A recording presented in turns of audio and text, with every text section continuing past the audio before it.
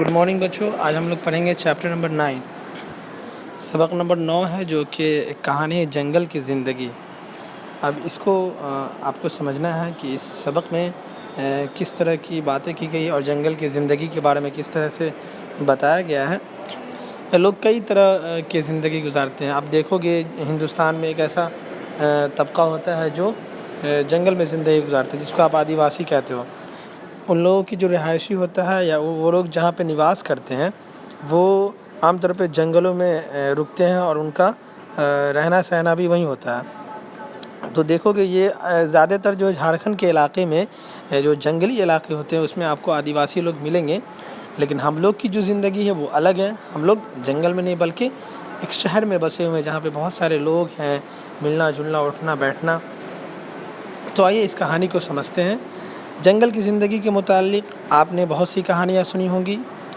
آج آپ کو جنگل کے بارے میں کچھ اور دلچسپ باتیں بتائیں۔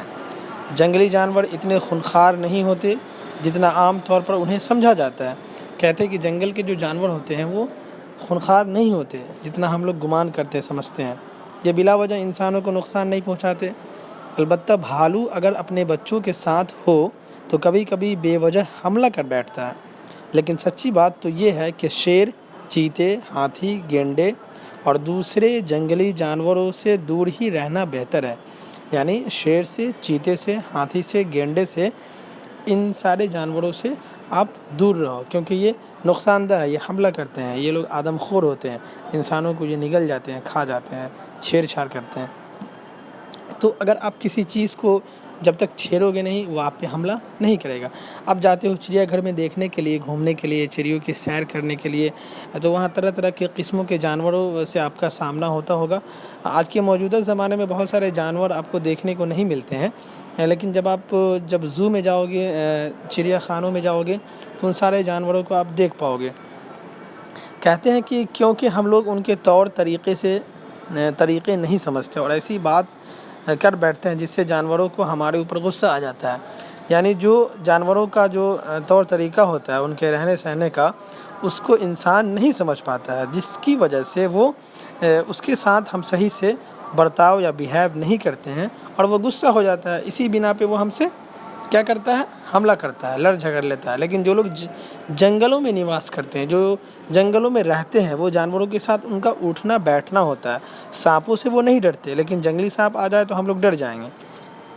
جنگل میں طرح طرح کے کیڑے مکوڑے، چڑیاں اور جانور پائے جاتے ہیں۔ یہاں پہ چڑیاں یہ جمع ہے کس کی؟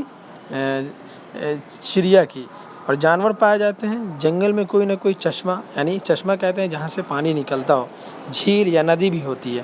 تمام جنگل ایک سے نہیں ہوتے بلکہ ہر جنگل کی آب و ہوا اور زمین کی بناوٹ مختلف ہوتی ہے۔ الگ الگ طرح کے جنگل اور اس کی آب و ہوا ہوتی ہے، اسی کے لحاظ سے وہاں کے پیڑ پودے اور جانور ہوتے ہیں۔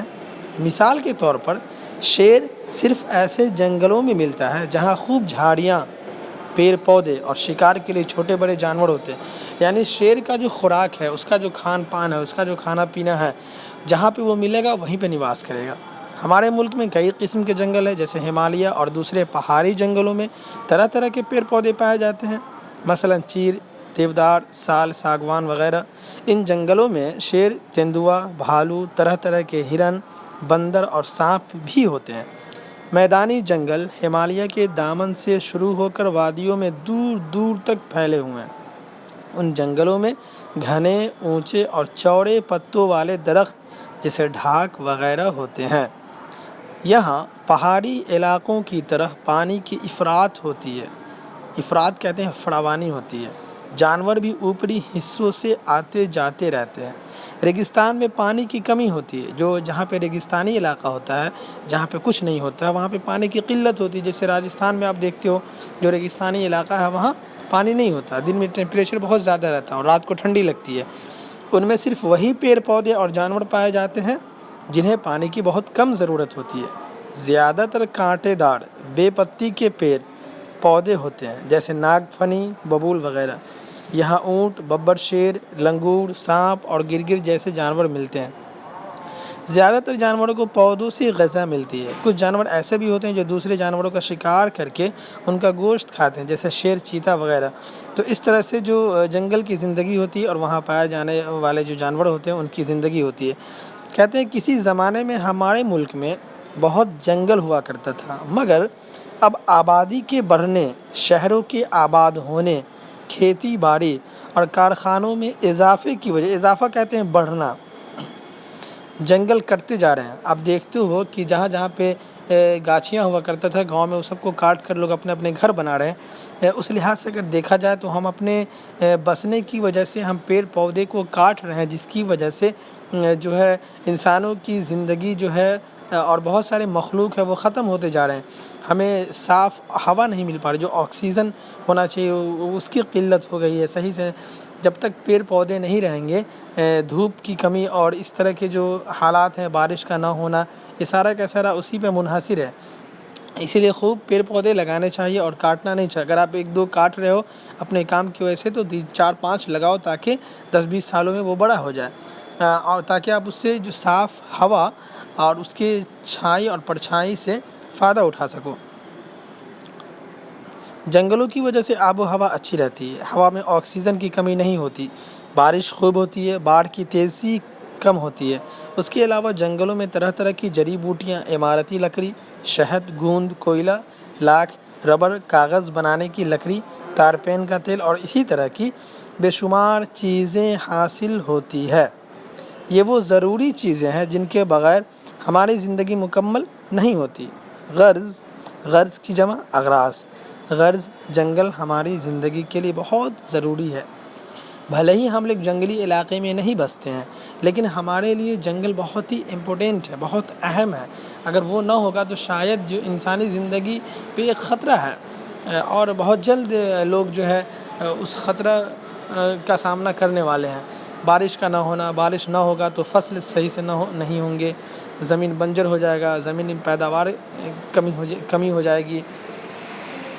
تو اس لیسن کے جو الفاظ اور معنی ہے اسے دیکھیں آپ۔ خونخوار کہتے ہیں چیر پھاڑ کر کھانے والے کو۔ خودرو مطلب اپنے آپ اگنے والا۔